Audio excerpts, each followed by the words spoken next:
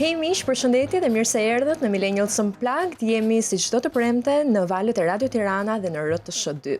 Sot do të flasim për një temë që mendoj na prek të gjithëve ne millennial, pak edhe ata më të vegjël, mbase edhe ata që janë pak më të mëdhenj.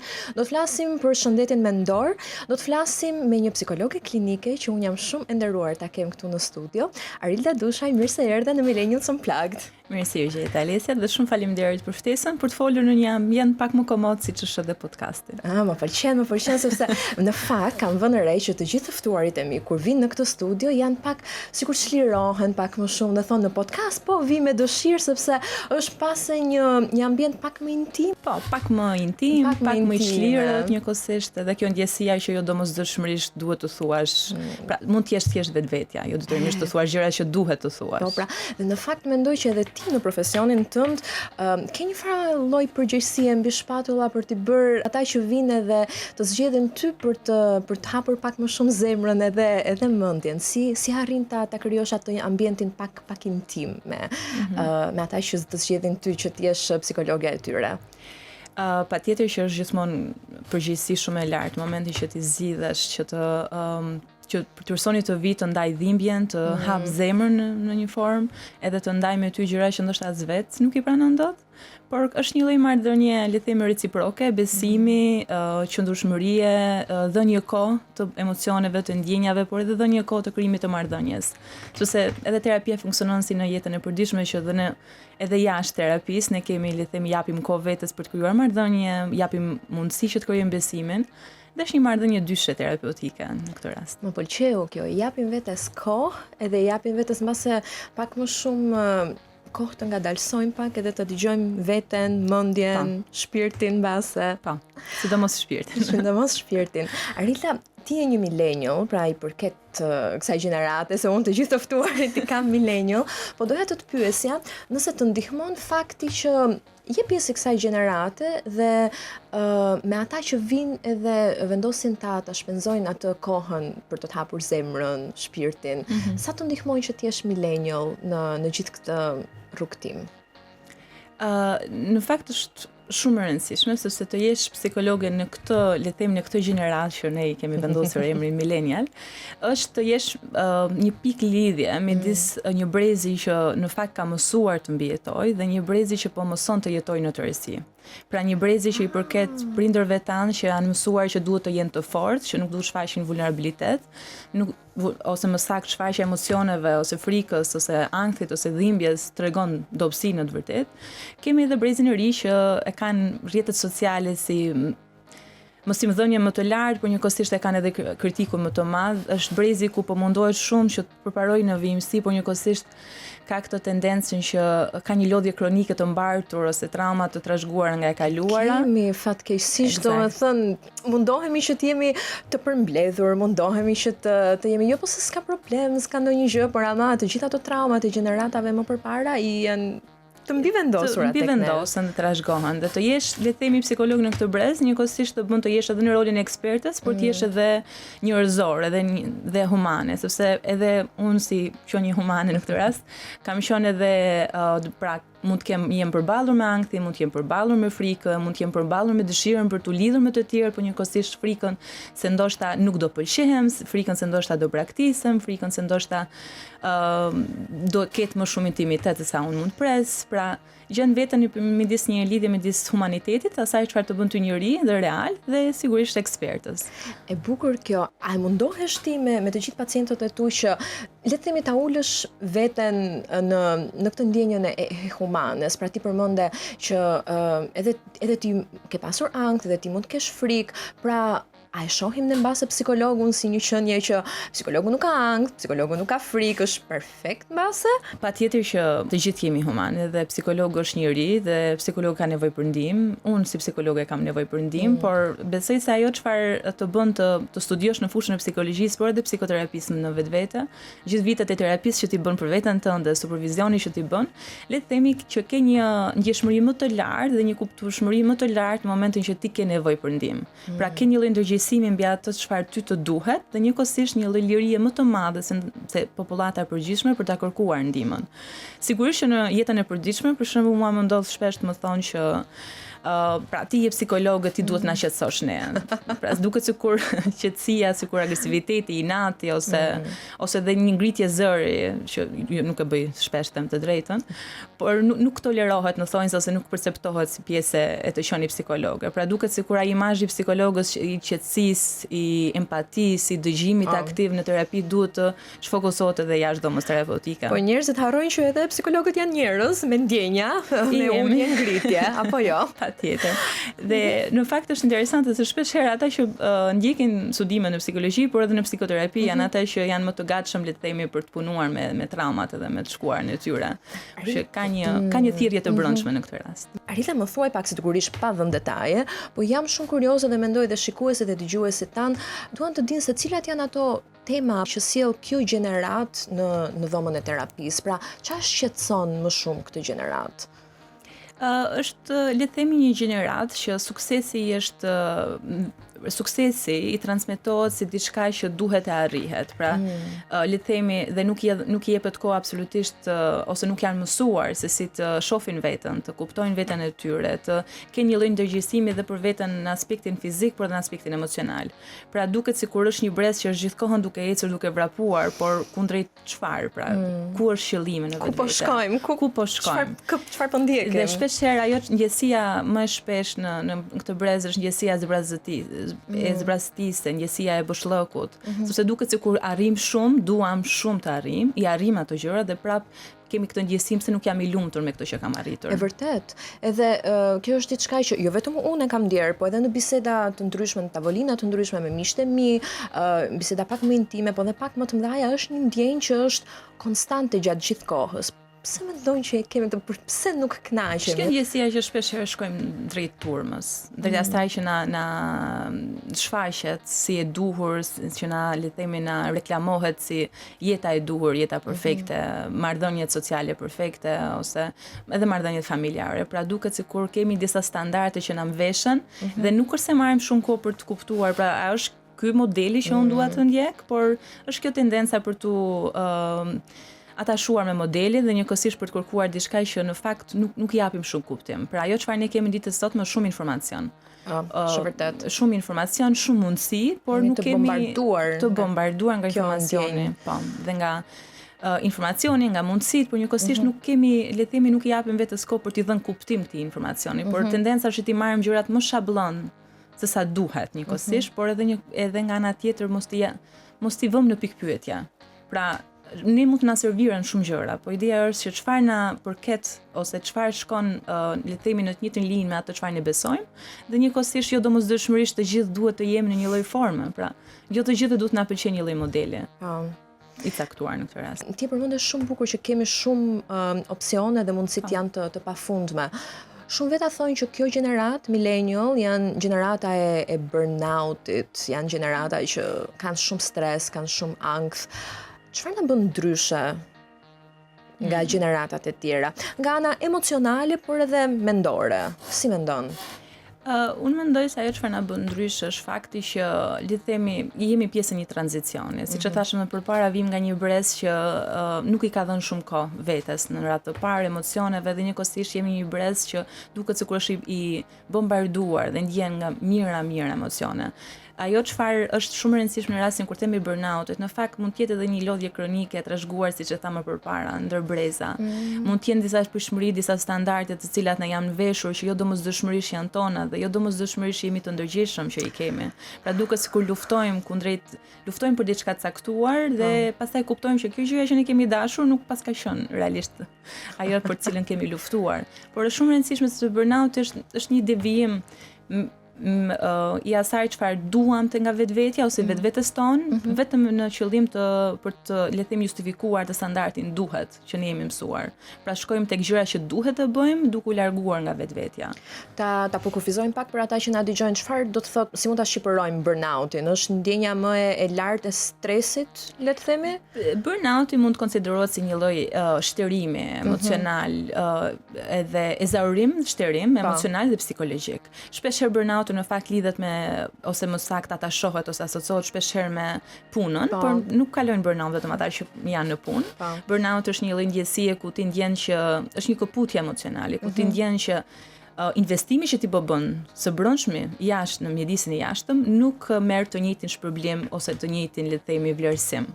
Burnout mund të kalojnë studentët, burnout mund të kalojnë individët që mund të jenë të papunë, burnout mund të kalojnë nënat që kujdesin për fëmijët e tyre, burnout mund të Që nuk kanë kalojnë shumë ndim mbase. burnout mund të kalojnë edhe persona që jo domosdoshmërisht kanë për shembull një punë të vështirë ose ato puna që i quajmë shumë në nivel stresi shumë të lartë. Është ajo momenti ku ti ndjen që thjesht smundesh më, pra smundesh më, por edhe s'ke shumë asgjë për të dhënë në këtë rast. Cila mund të jenë disa mbase mekanizma që dikush mund t'i bëjë dhe mund ta tejkaloj si një fazë apo si ndjenjë.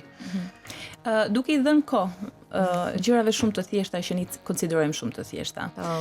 Për shembull, nëse flasim për dhimbjen ose për vuajtjen ose për emocionet tona, shpeshherë unë e them në çdo kontekst ku jam që nuk është se në momentin kur mendja është le të themi konfuze.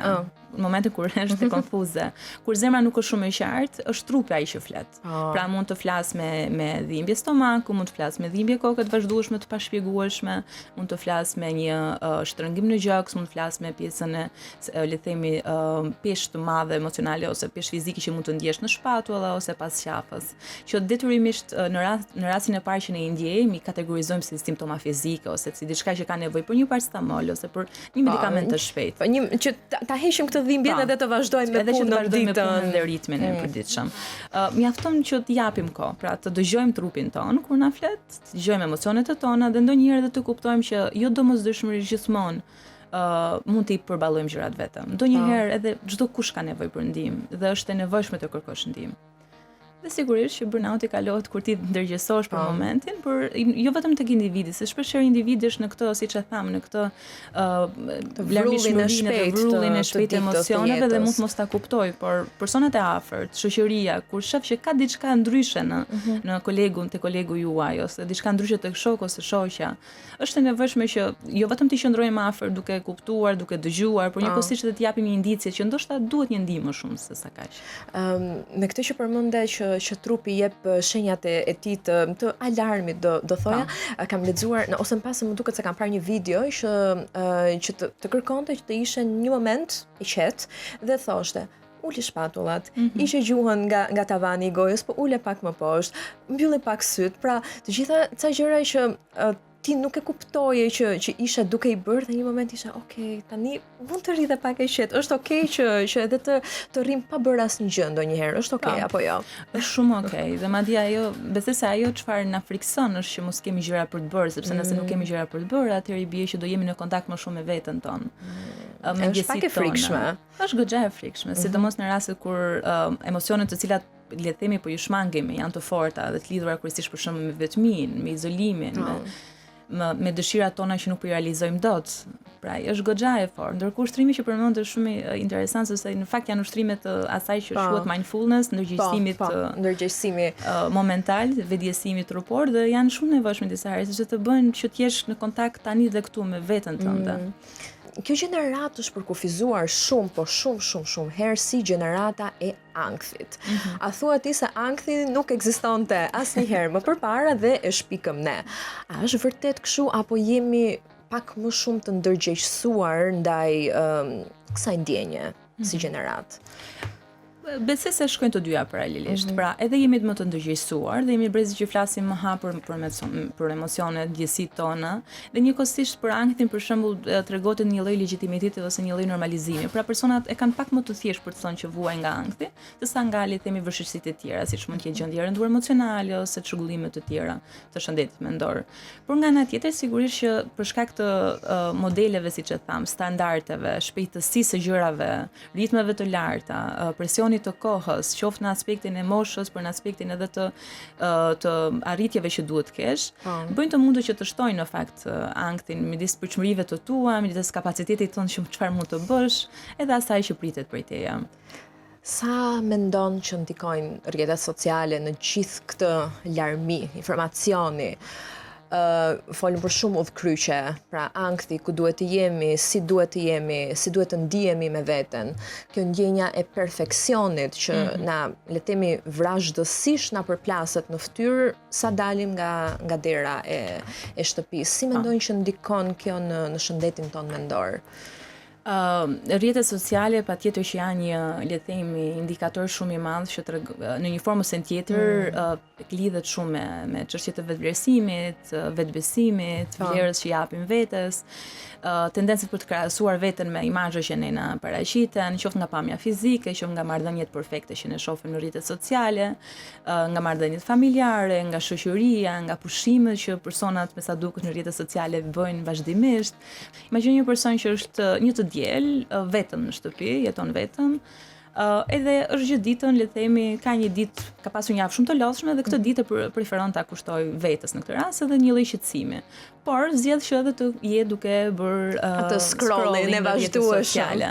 I gjendur në atë hapësirë, ku ti shef që personat që ti ndjek janë duke bërë pushime, janë të lumtur, janë të gëzuar, kanë këtë pamjen perfekte. Të lumtur në sensin ato asnjëherë nuk e di. Patjetër, dhe në fakt detyrimisht mua më vjen shumë mirë se edhe figura publike dhe imazhe të njohura kanë filluar dhe thonë shumë këto që asgjë që duket në rrjetet sociale nuk është perfekte. Që faktikisht dhe realisht është e vërtetë. Po sado që është e vërtetë, momentin që ti kushton kaq shumë kohë scrolling në rrjetet sociale, detyrimisht truri jot fillon edhe nxit këtë nivelin e dopaminës. Ndikohet në ato lloj ose formohet në ato lloj mënyre që ti e merr për të mirë qenë ato sa çfarë shikon. Po, patjetër. Dhe fillon të krahasosh pak a shumë jetën, po ajo çfarë unë shpesh herë them me krahasimin është që ti zgjedh zakonisht ne krahasojmë në momente kur nuk jemi mirë, në momente kur jemi pak vulnerabël, të ndjeshëm, të dobët, në thonjza si ndjesi, me jetën perfekte që ne shohim. Pra, ndonjëherë krahasimi nëse duam të krahasojmë, absolutisht nuk është mirë krahasimi. Dhe nëse gjithmonë jam besimi që po krahasimi mund të ndodhë me veten dhe me ambicie që dëshiron të bësh për veten tënde. Të shëndetshme, le të themi. Por nëse do ishte e mundur që të krahaso sigurisht në thonjza, pra ball për ball, momentet e dobta të individëve. Jo detyrimisht pra gëzimi, lumturinë e tjetrit me ndjeshmërinë. Po ku ti gjesh ato, se nëse ti po krahasohesh me le të themi figura publike apo figura që që zgjedhin ta ndajnë jetën e tyre në rrjetet sociale, sigurisht e ke pak më të vështirë sepse është ai krijimi i imazhit që ne folëm që është gjithmonë perfekt dhe ti nuk e di se sa vuajnë le të themi në thonjza këta persona. Janë qenie humane. Duhet ta marrim a priori që ata vuajnë, sepse absolutisht çdo qenie humane ka të gjitha ndjesitë e nevojshme. Sigurisht që në rrjetet sociale edhe për shkak të le të themi imazhit që duhen të ruajnë, por edhe për shkak të qëllimit me cilën kanë rrjetin social e bëjnë të mundur që këtë vulnerabiliteti mos ta shfaqin as sa duhet. Por duhet kuptuar që sepse kemi tendencën të marrim atë kulminacionin. Pra ti shef suksesin e tjetrit dhe thua wow, dua të jem si ky. Por nuk merret më qenë gjithë procesin poshtë gjithë këtij suksesi, me gjitha vuajtjet, gjitha dhimbjet, gjithë rrugëtimet, gjithë dështimet për të arritur këtë sukses. Dhe ajo çfarë unë besoj që nuk na kanë mësuar është që t'i japim le të themi vlerë dhe kohë secilës prej tyre në këtë rast. Pra, kur ne mendojmë suksesin, patjetër do të ketë dështime, patjetër do ketë shkënjime, do ketë dhimbje, do ketë të qara, do ketë gëzime, do ketë zhgënjime. Pra, janë gjëra që shkojnë në një lloj tabloje të përbashkët, nuk mund të jenë të ndara. Por ajo çfarë doja të shtoja këtu në fakt është që një gjë që është shqetësuese për mua është kjo tendenca për të përcjell tek publiku suksesin e shpejtë. Këtë pamjet fizike, siç e theti, të një trajtshmërie, atë pëlqyeshmërinë e të tjerëve, pra duket sikur nëse nuk je si të gjithë të tjerët, ka diçka që nuk shkon me veten tënde.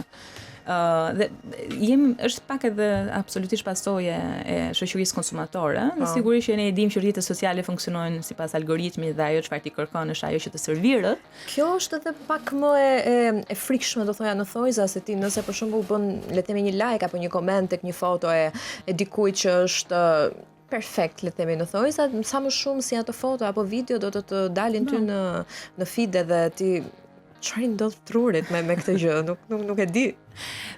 Tani, ideja është që ashtu siç ti mund të bësh këtë lajku, mund të bësh edhe disa lajke të tjera në mënyrë që të rigjenerosh për të rimësosh edhe një herë rrjetet e tua sociale. Por dua ta theksoj edhe këtë pjesën e asaj pamje që duket perfekt. Domethënë, unë besoj se çdo kush mund të duket perfekt nëse pas një pamje të bukur në thonjza qëndrojnë fotograf profesional, grim profesional nëse marrim në aspektin e vajzave, sigurisht pak Photoshop ose pak le të themi ngacmime të cilat të bëjnë që ajo çfarë ti paraqet të tjerët, duhet të duket perfekte. Unë nuk jam kundër absolutisht atyre që le të themi stimulojnë jetën e shëndetshme, të stimulosh ose të japësh mesazhin që të kujdesesh për trupin tënd, të merresh me aktivitet fizik, të ushqesh mendjen, të ushqesh trupin, është gjëja më pozitive që ti mund të bësh. Sa më të shëndetshme. Po, patjetër. Ti dhën edhe liri trupit edhe të marrë frymë edhe të jetë në le të themi në gjendjen e tij më të mirë. Po, por edhe për të kuptuar që jo të gjithë jemi njësoj. Pra, veçantia kjo është në fakt që jo të gjithë mendojmë njësoj, jo të gjithë duhet jemi edhe nga pamja fizike njësoj. Është në fakt një vajzë që unë ndjek është amerikane, kam vite që ndjek në rrjetet sociale, ajo thot një shprehje që në shqip është krahasimi është hajduti i lumturisë. Pra ti nëse fillon dhe krahason veten me njërin tjetrin, ti, domethënë ajo ndjenja e mirë e lumturisë, e gëzimit, fillon dhe të ulet sa më shumë.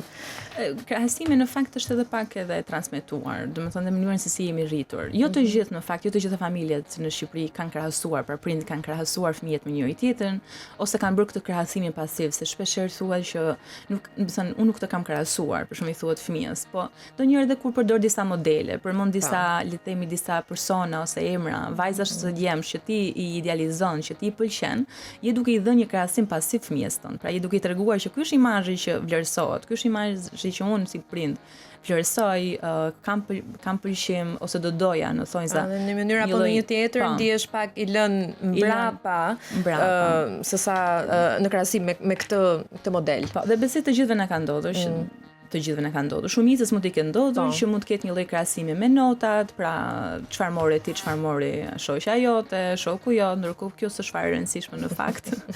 Ose për shembull në aspektin e pamjes, në aspektin e sjelljes, në aspektin e respektit ndaj familjes, ndaj shoqërisë, ose të qenit më shumë sociale ose më pak sociale. Pra, është një lloj krahasimi që bëhet direkt midis fëmijëve që prindërit mund t'i bëjnë ose në krahasim me bashkëmoshatarët e tyre, pra sepse duket është pak le të themi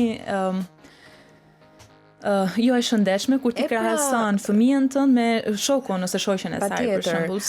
Pra për gjeneratën para nesh, pra për prindërit tanë, ka qenë diçka që nuk ishte kaq e keqe mbase për tu bërë. E keqe po e the prap në thonjza.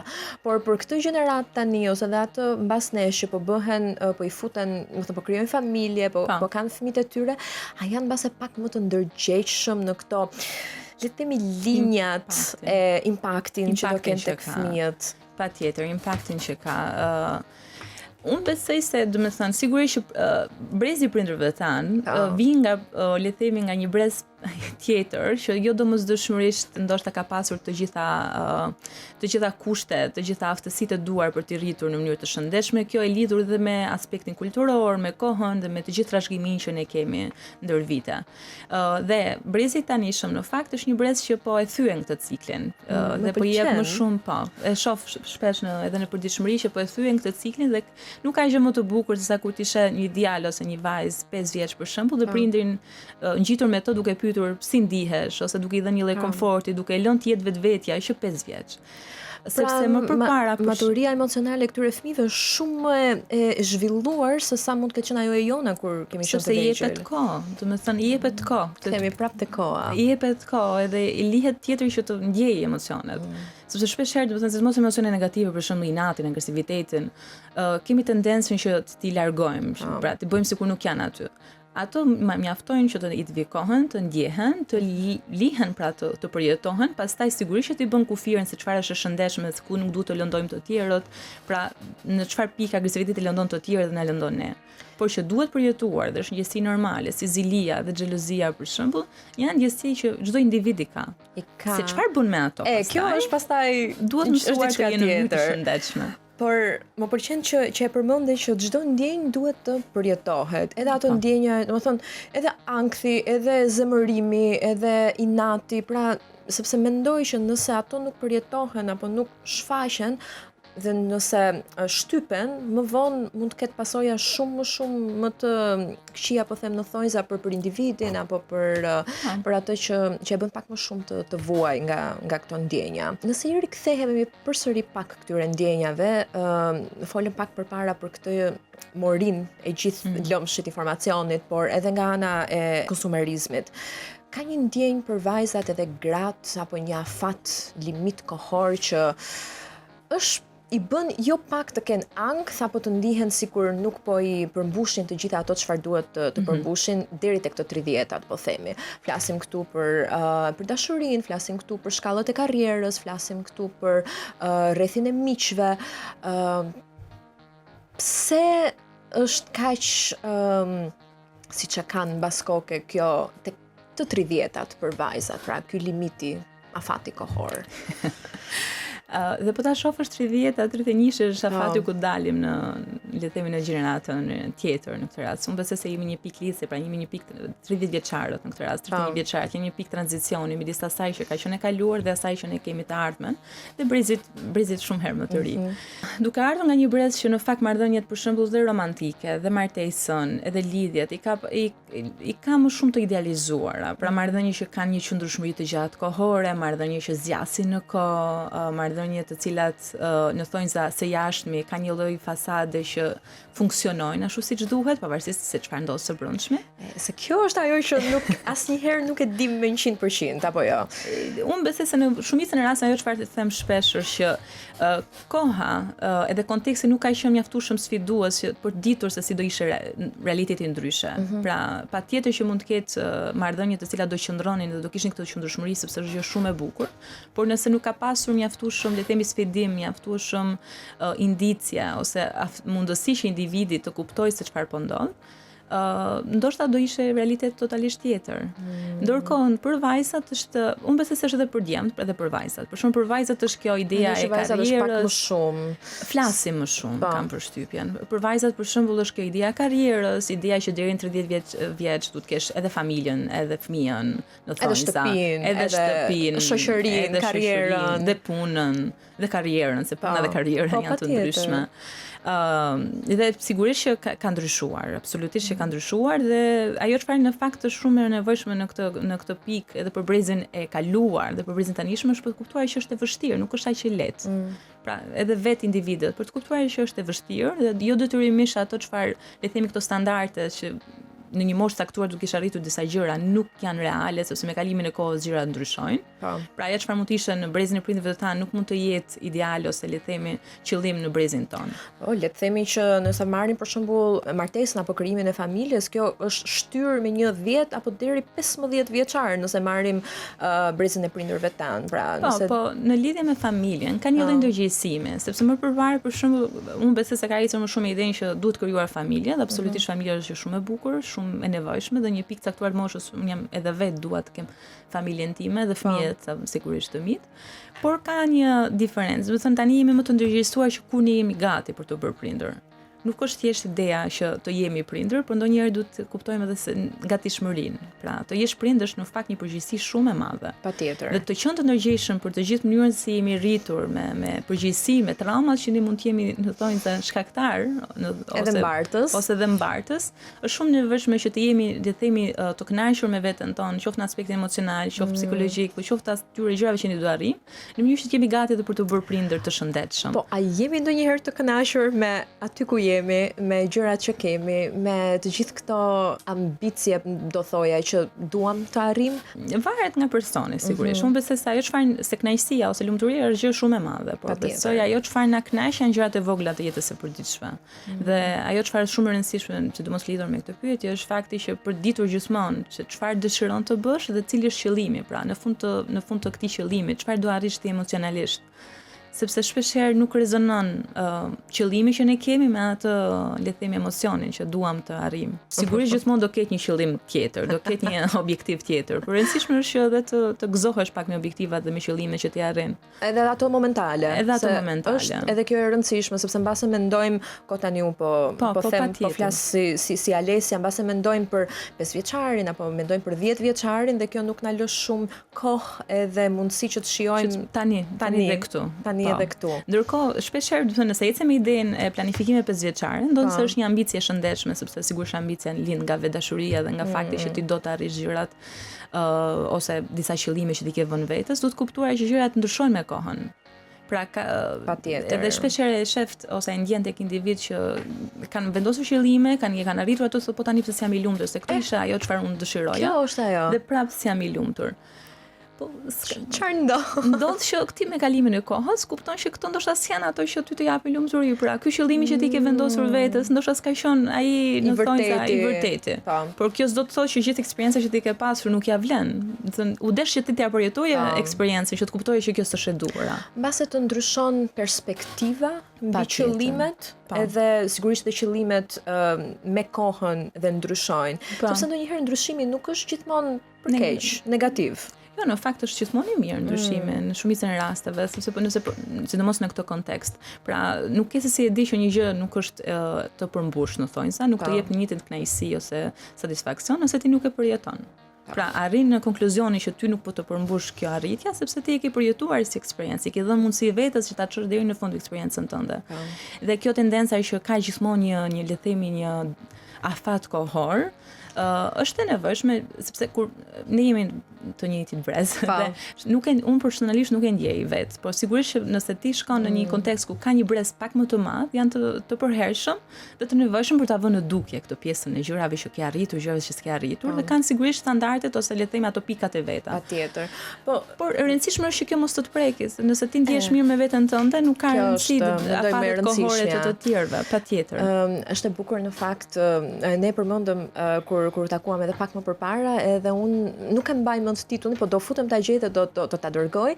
Ishte një poezi nga një vajzë e re dhe fliste për larmishmërinë e të 30-tave. Pra ajo kishte dalë dhe ishte në një tavolinë si kjo me mikeshat e saj dhe thoshte sa bukur është që në një tavolinë të kesh kaq shumë eksperjenca të ndryshme. Pra njëra nga mikeshat sapo ishte bërë mama, tjetra sapo i tregonte për djalin e ri që ajo kishte dalë në një takim, tjetra kishte ndryshuar karrierën në të 30-tat. Pra ishte e gjitha një konglomerat eksperiencash, të gjitha të ndryshme dhe të gjithë vajzat ndiheshin okay, le të themi, me këto eksperienca të ndryshme, që prapë është okay dhe nëse jetë tek të 30-tat dhe nuk janë të gjithë në të njëjtin nivel, do thoja. Po nuk ka pse të jenë. Edhe nëse jetë të 40-tat, dhe që nuk janë në të njëjtin nivel, nuk ka pse të jetë të tillë. Pra çdo kush ka e para ka ritmin e tij, e dyta vjen nga kulturë ose modele prindërimi shumë të ndryshme, vjen nga mundësi të ndryshme, sepse jo të gjithë ndoshta në të kaluarin e tyre kanë pas të njëjtat mundësi. Vjen nga qëllime të ndryshme dhe njëkohësisht vjen edhe le të themi nga disa ideale ose standarde të mbartura, që jo domosdoshmërisht janë të individit përse, po janë të gjithë shoqërisë dhe kulturës se çfarë duhet të arrijnë, sikur kjo ideja të pasurit të një shtëpie. Po, patjetër. Se s'bën. Ndërkohë që sa e vështirë është për persona që janë millennial dhe janë të gjeneratës tonë të blejnë me të vërtet një shtëpi në ekonominë e ditëve të sotme. Po, dhe kjo ideja e shtëpisë kam përshtypjen është më shumë në formë metaforike të pasurit të diçkaje, që ti trashëgon, por edhe të diçkaje tënden. Do të thënë në fakt gjëja vetme që kemi në këtë jetë besoj se është vetja në radhë të parë. Trupi, mendja dhe pastaj sigurisht dhe familja dhe personat e tu të afërt dhe që i don dhe të duan. Por në fund të fundit, shtëpia është, po marrim shtëpinë, është thjesht një objekt. Je ti që i jep kuptim dhe i jep kuptimin që ti dëshiron, pra jep kuptimin e përkatësisë. E bukur, më pëlqen. Unë do të ndërpres vetëm pak, sepse mendoj që erdhi momenti të transmetojmë këngën e parë. Atëherë për kënaqësinë tënde ne do të dëgjojmë Daughter nga Youth. Rikthehemi vetëm pas pak. Jemi rikthyer përsëri në studio. Për ju që sa i keni hapur në RTS2, jemi me Arilda Dushajn, me psikologe klinike dhe po flasim për shumë gjëra që kanë lidhje me mendjen, me trupin ton, me mënyrën se si e jetojmë jetën. Nëse ti kthejmë pak ato rrotat tani, unë dua shumë, dhe këto janë kuriozitete personale, të di se si millennials po e jetojmë të gjithë këtë lidhje dashurore, dating, takimet. Sa ka ndryshuar në nuk e di sa vitet e fundit, po do thoja kur ka dalë Instagrami në 2012-ën, të gjithë këto lidhjet romantike, sa ndikohen nga rrjetet sociale, nga aplikacionet e takimeve, si mendon? Që ka ndryshuar shumë, dhe unë besoj se çdo 3 vjeçar ndryshon rikthehet, ndryshon çdo gjë. Sigurisht që me sa në kohë të sotme është bërë pak më e vështirë në thonjza për të krijuar marrëdhënie le të themi romantike, të cilat ti ndjen të qëndësishme dhe të qëndrueshme, por edhe ku ti ndjehesh mirë. Kjo kam përshtypjen që lidhet pak edhe me pjesën e asaj çfarë na transmetohet. Pra po të mbash mend disa nëse brezi afër me përfundimin e millennial, afër se çfarë le të themi për radhës ose çfarë historish ne dëgjojmë. Zakonisht janë histori të idealizuar të një dashurie që është djali që bën gjithçka për vajzën, që tërheq vëmendjen e saj, që i shpreh dashurinë, që vajza është në pritje, vjen princi i kaltër, jep gjithçka dhe përfundojnë në një fund të lumtur. Shumë përkufizime tek mashkulli, te djali dhe burri në këtë rast, që është ai le të themi aktivi në marrëdhënie. Ndërkohë jemi në një kohë ku sigurisht të dyja palët duhet të jenë aktive në një formë ose në tjetër dhe të shfaqin atë pjesën e dëshirës, por edhe vulnerabilitetit. Sepse shpeshherë ne kërkojmë intimitet, kërkojmë marrëdhënie intime ose marrëdhënie sociale, por edhe romantike, por kemi frikë të jemi në intimitet. Pra, se kemi frikë kaq shumë nga intimiteti? Më duket si një re e madhe që o çfarë do na bëj? A mos mbase vallë kemi frikë nga çfarë mund të ndjejmë, se si mund të jemi vetvetja me një person tjetër? Unë kur përmend termin intimitet e lidh shumë me ekspozimin. Pra, kur ti je intim, je vulnerable, dhe e ndan këtë vulnerabilitet me dikë tjetër, e bën veten shumë herë më të ekspozuar. Dhe çfarë do thot më të ekspozuar, e bën më të lirë mundësinë që ti në thonjza të zhgënjehesh, të braktisesh, që personi në fjalë me gjithë vulnerabilitetin që ti i ke dhënë ose i ke pasur mundësi të japësh, e merr me vete dhe ikën, në thonjza në mënyrë metaforike, pra ka shumë gjëra që ti i tregon. Nuk është se jetojnë në 2025. Ka shumë gjëra që ti i ndan, të cilat sigurisht është e vështirë, por njëkohësisht ekziston mundësia që këto gjëra më pas të kthehen në formë të kundërt, pra nga ato dy frika që ne kemi më të mëdha, që është frika nga braktisa dhe frika nga vetmia njëkohësisht.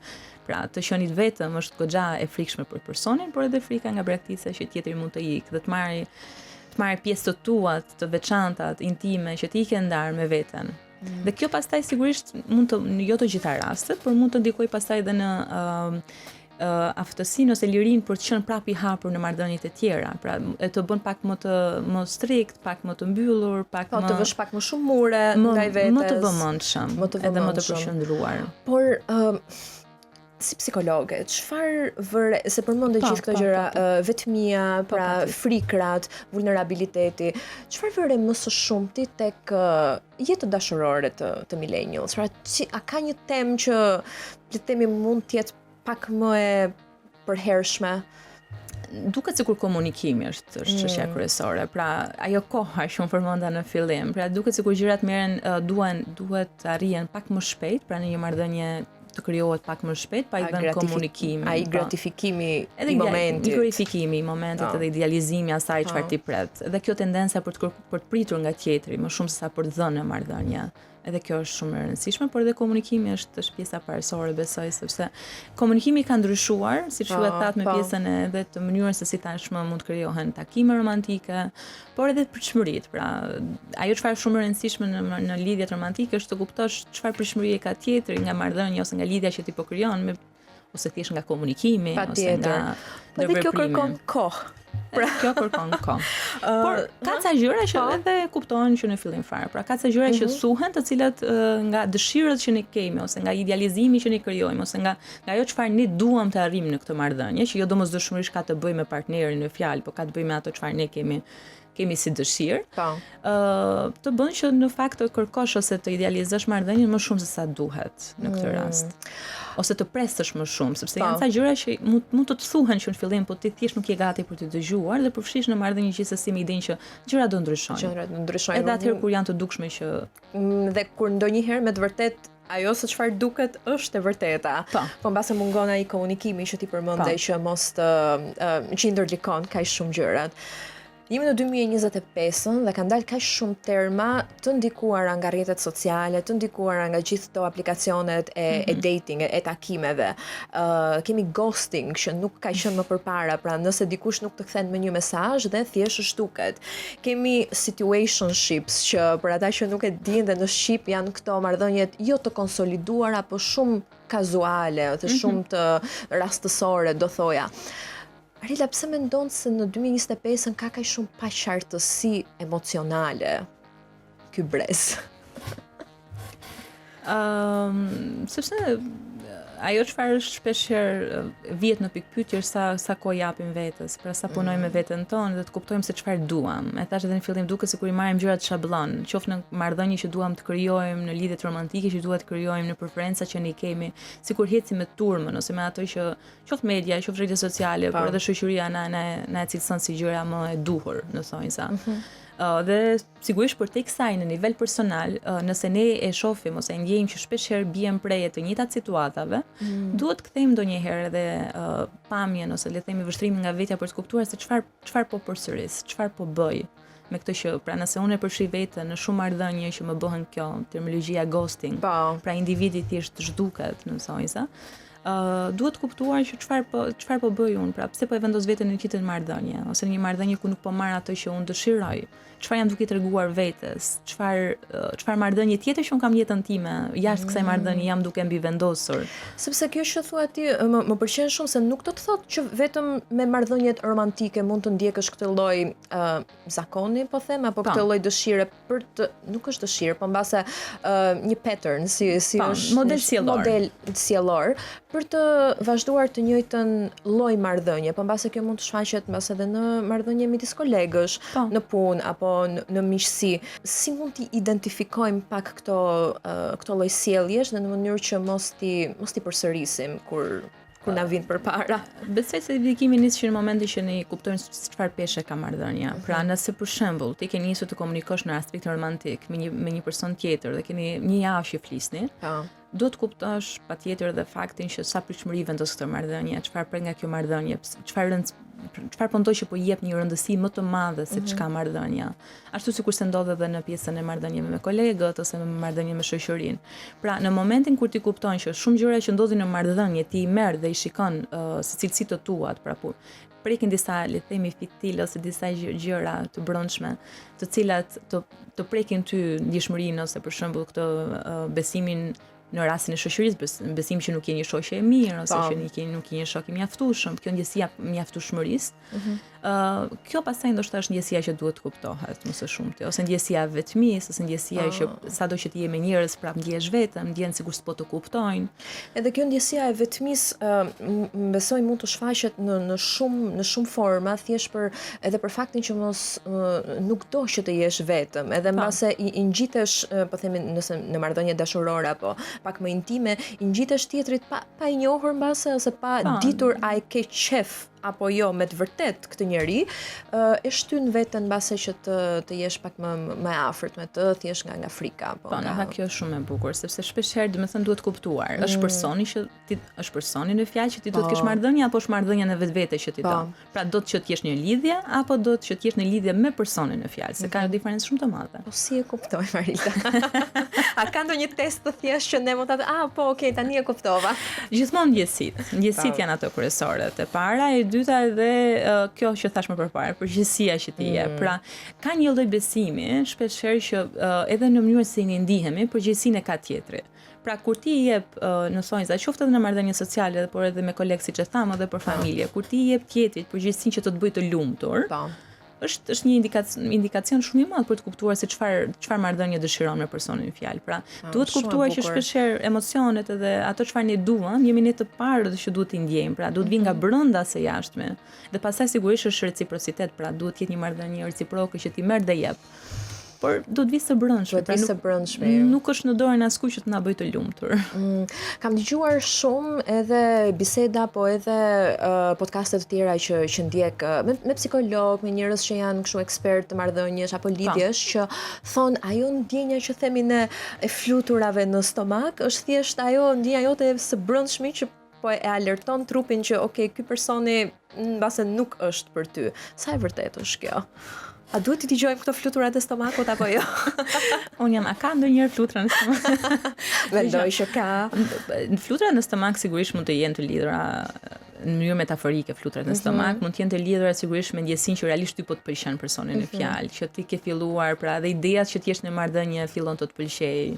Kjo tendenca që ke dëshirë që edhe ti të kesh një lloj pëlqyeshmërie, pra të dukesh sa më mirë, pastaj kalon edhe në ndjesi njëkohësisht.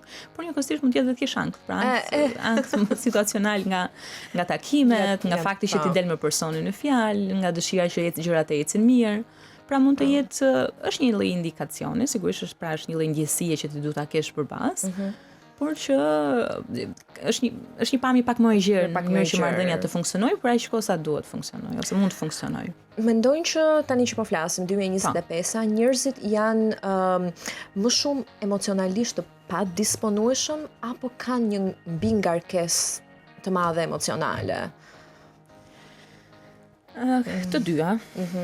Patjetër që është edhe vështirë. Dëgjoj, të jesh prezant për një person, por edhe për veten në radhë parë është e vështirë. Nuk është e pamundur, por duhet njëkohësisht që të jemi të ndërgjegjshëm të japim kohë kësaj ndjesie. Pastaj a jemi të paqëndrueshëm emocionalisht, unë besoj se kemi një lloj kontradikti midis asaj që të arrijmë një lloj qëndrueshmërie emocionale me kohën që po na prezantohet, por njëkohësisht edhe dëshirës për të provuar, pra për të eksperimentuar, për të eksploruar të gjitha ato çfarë na jep. Ose do duhet të dish se çfarë pëlqen ose ku ndihesh e hat dhe çfarë dëshiron. Pastaj këtu në fakt doja të përmendja diçka shumë të rëndësishme që shpeshherë nuk na mësohet, që është në rregull që edhe të tjerë të mos të pëlqejnë. Më pëlqen. Çdo kush do të pëlqejë, ashtu sikurse se tek vetja e kemi më të pranueshme, pra kur mendojmë që ne nuk i pëlqejmë të gjithë, pra në gjithë njerëzit që ne njohim. Shumë e vërtet. Ka disa persona që sigurisht që mund të mos kemi ndjesitë më pozitive, por që nuk futen atë rangun ose në atë rrethin e vogël që ne duam të rrimë me ta. Por ama këtu pastaj futemi edhe pak në luftë me atë egon ton të brendshme që pse mos të pëlqejë të gjithëve? Pse? Po, sepse ajo çfarë ti, pra mesazhi i brendshëm është, ose më saktë ajo çfarë ti dëshiron të arrish është ti mbushësh vetë mendjes, si ti je mjaftueshëm e pëlqyeshme për të tjerët, pra pavarësisht se kush të pëlqen. Është e rëndësishme që ti vetë të besosh që je personi që mund të pëlqehet. Pavarësisht se ti i pëlqen apo nuk i pëlqen fare. Po. Dhe kjo sigurisht lidhet pak edhe me mënyrën, pra me ato nevojat e paplotësuara që në infirmëri që ndoshta nuk janë plotësuar mjaftueshëm. Për të rikthyer shembullin e asaj vajzës 5 vjeçare ose të djalit 5 vjeçar, pra kur ti legjitimon ndjesitë fëmijës, por edhe i jep atë realisht vlerësimin e duhur dhe besimin e duhur te vetvetja. Arilda, nëse do t'i thoje diçka vetes tënde të vogël, një këshill apo një diçka që ti do doje që Arilda e vogël ta dinte kur ishte aq e vogël, 10 vjeç, çfarë do t'i thoje? Unë do ja thërë që 5. Më pëlqen. Ma thuaj. Se ka pak të moshën 5 vjeçare. Jo, vetëm një gjë në fakt që do thoja është që guxo. Pra, ki besim tek vetja, guxo, përfshihu në të gjitha gjërat që ti mendon ose ke ambicie për, dhe jetoje jetën, pra jetoje me të gjitha të bukurat e saj, po. Dhe mos ke frikë nga vetja sigurisht, sepse frikë nga vetja. Frikë nga vetja. Sepse folëm për krahasimin edhe që në vogëli edhe se si ai mund të manifestohet pak në mënyra mbase jo të shëndetshme kur rritesh, që mund ta përmendim pak këtë lloj agresiviteti që kemi ne si shoqëri në fakt që ka tek tuk shpërthime të vogla dhe kemi komente negative në rrjetet sociale, shumë urrëtie, por patjetër është kolektive si shoqëri shqiptare, por ama është akoma dhe më e fortë edhe më agresive tek vajzat edhe tek gratë. Pse kemi këtë? Pse duam t'i ulim me patjetër njëra tjetrën? Unë këto në fakt është një mesazh shumë i madh, se është diçka që e kam shumë për zemër si temë dhe dua ta them me fjalë shumë të thjeshta. E para, jemi shoqëri e mllëfosur, që kemi një lloj inati, qoftë pasiv-agresiv apo agresiv në vetvete, ne e shohim për ditë që është nivele të konsiderueshme. Që jemi një shoqëri që nuk jemi mësuar që të menaxhojmë emocionet tona dhe duket le të themi shumë e largët, dhe është diçka e trashëguar që gjëja e parë instinktive është që ti ta shfaqësh atë, pra ta thuash atë ose të nxjerrësh nga vetja pa e përpunuar fare, dhe kjo është e vërtetë. Nga fakti që vim nga breza të le të themi të ndër vite që kemi qenë si shoqëri e bllokuar, qoftë diktatura, qoftë pastaj sepse janë gjëra që trashëgohen ndër breza, pra jemi një shoqëri që jemi shtypur, në thonjza, agresiviteti gjithë atyre viteve është futur në një kavanos të vogël, po ta marrim në mënyrë metaforike dhe fillon dhe shpërthen në mënyrë të papërpunuar. Dhe pastaj tjetër është që jemi një shoqëri që nuk kemi shumë mendim kritik. Më vjen keq ta them, por nuk është se themi, pra i marrim gjërat shumë të dukshme, shumë shablon dhe nuk themi po për njerë, ta vënë në pikpyetje këtë që, pra nuk vëmë shumë gjëra në pikpyetja. Pastaj për dal tek shoqëria e mllëfosur, inatosur që e shohim shpesh në rrjetet sociale dhe ajo, jo vetëm në rrjetet sociale, po edhe në shfaqje televizive. Dhe ajo që më vjen shumë keq është që është diçka që transmetohet. Pra duket sikur është kjo shoqëria inatosur që e nxit se çfarë do publiku në media në këtë rast, dhe media ja ofron po të njëjtën gjë dhe jemi në të njëjtën cikël. Po që ky cikël është shumë toksik dhe nuk ka asnjë lloj gjëje të shëndetshme. Po, dhe për ta marrë në terma të thjeshtë dhe një shembull, pra ne shohim shpesh siç ti e përmendëm më përpara që edhe në gjinja mashkullore dhe gjinja femërore, por nga meshkujt, nga burra dhe djemt këtu në Shqipëri duket sikur është më e pritshme që të jenë agresiv që nuk duhet të jetë e tillë. Shohim komente shumë negative, ose një mblëf ose një natosje shumë e madhe dhe në terma të thjeshtë kur gruaja pra ka një lloj agresivitet ndaj gruas, i themi një lloj termi misogjinia, që është një lloj forme e trashëguar pra e gjithë shoqërisë patriarkale mbi supë, e shfaqur nëpërmjet komenteve. Unë dua ta them pra atyre që na dëgjojnë dua t'ju them kaq. Pra në momentin që ti je përpara një fotoja, përpara sidomos me imazhet publike shumë herë më të thjeshtë se duken shumë aq të afërt, por aq edhe të largët. Por edhe ngjarjeve të përditshme, nëse gjëja e parë që ty të vjen është të shash, të ofendosh, të denigrosh, të përdorësh, të kërcënosh, të përdorësh të gjitha terminologjitë më të këqija ose më le të themi më të rënda, më agresive që mund të jenë, me ndonjëherë shkakun pse. Pra, çfarë ka ky personi që ti nuk e njeh fare? Pse po të shfaq kaq shumë agresivitet? Pse po të bën që të ndjehesh kaq i natë? Mos është thjesht xhelozi dhe zili. Pra ndonjëherë shumë e thjeshtë gjëja. Mbase njerëzit nuk duan ta pranojnë mbase. Absolutisht, sepse ajo çfarë na japin rrjetet sociale, siç e thash më përpara, nuk është vetëm imazhi, është edhe që ne jetojmë jetën tonë përmes jetës së të tjerëve. Jo më kot këto emisione televizive, edhe ato që quhen shfaqjet real show reality shows, po mbi fjala, janë në fakt kaq të përqyeshme, sepse individi përjeton atë të cilën do donte të përjetonte. Ato prallat me të cilat jemi mësuar ose na janë thënë gjatë gjithë kohës, ato jetën ideale që ne duam përmes jetës së të tjerëve. Pra kur ti shënon në thonjza në ato komentit të në Instagram ose në rrjetet e tjera sociale me aq shumë agresivitet, kupto çfarë po të provokon. Çfarë nevoje të paplotësuar ke ti brenda vetes tënde realisht, që ti je duke mbeshur tjetër, sa asnjëherë nuk ka të bëjë me tjetrin në vetvete. Është gjithmonë ta nxit. Po mendoj që kjo është i futesh një rrugë është pak të thellë, pak të gjatë, një sprov pranimi i vetes, i ndjenjave të tua, që mbasi jo çdo kush është gati që ta bëj. Nuk ka rëndësi të jetë gati. Unë besoj e rëndësishme është thjesht mos ta bësh. Nëse ty të vjen që të shkruash një koment tepër negativ, kërcënues, denigrues me një nivel shumë të lartë agresiviteti, mos e bëj. Pra nëse do ta bësh, shkruaj në një letër, hidhe në kosh pastaj, po aty mos e bëj. Do të thënë ki parasysh që sepse duket sikur nuk e kanë idenë që kanë mbrapa. Pra e para kanë personin me cilin po i drejtoni, e dyta kanë gjithë komentuesit që futen të shohin njëri tjetrin dhe nxisin njëri tjetrin. Dhe pra është diçka që ti nxit, nuk ke nevojë ta nxisësh. Pra mjafton, mendoj 2 herë. Që kjo gjë që unë po them, a do lëndonte për shkak nëse dikush do ta thoshte ty, do të lëndonte? Absolutisht që po. Do të thënë, imagjinoj sikur ti t'ia thoje vetes pak adoleshente e zëm. Po, edhe sa ndikim ka tek tjetri që po ja thua, sepse ndonjëherë mendojmë që të paktën këto imazhet publike janë të paprekshme dhe nuk ndikohen, nuk lexohen, nuk pra komentet le themi apo se dhe dhuna verbale është shumë e fortë e pranishme, do thoya në ditët e sotme.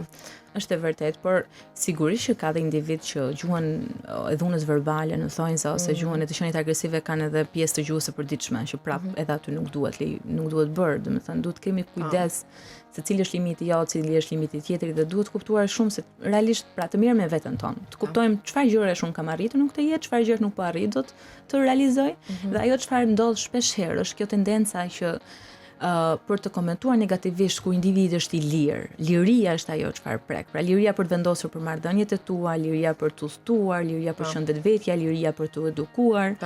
Kjo është ajo çfarë prek më së shumti individin. Pra liria për të zgjedhur. Kemi ardhur në fund të podcastit dhe unë do të të bëj vetëm disa pyetje flesh dhe ti do më japësh gjën e parë që të vjen ndërmend. Si e qetëson veten mbas një dite të lodhshme me klientët? Shkoj në palestër. Një mit mbi terapinë që ti do doje që të zhdukej. që mjafton një seancë dhe gjendja ime emocionale do zgjidhet. Nuk zgjidhet asgjë me një seancë. Ja, dhe shembulli që unë përdor shpeshherë është që nëse për shembull je 30 vjeçar dhe ke 20 vite me këtë problematikë ose me këtë veçminë ose me këtë ndjesinë, si mund të zhbohet për një? Pra nuk është kaq magjike situata. Fjalia apo mantra e preferuar e jotja e momentit? Shijoj jetën është në fakt, shijoj momentin më shumë. Seriali preferuar që po shikon këtë kohë? Të them drejt nuk po shoh asnjë serial për momentin. I fundit fare që kam parë ka qenë ajo e Netflixit Adolescence. Ajo ka qenë shumë e veçantë dhe sugjeroj në fakt ta shikonin gjithë se tregon shumë për impaktin e rrjeteve sociale. Dhe çfarë është diçka që ti bën Arilta që është tepër millennial?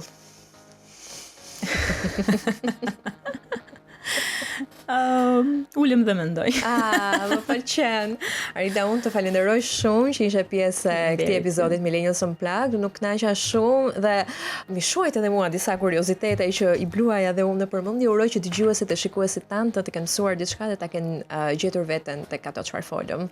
Shumë faleminderit ty dhe uroj që realisht të kenë marrë mesazhet e duhura. Më pëlqen. Tani për kënaqësinë tënde dhe të dëgjuesve do të transmetojmë Scars to Your Beautiful nga Alessia Cara. Bashkë të shihemi të premten tjetër. Mirupafshim.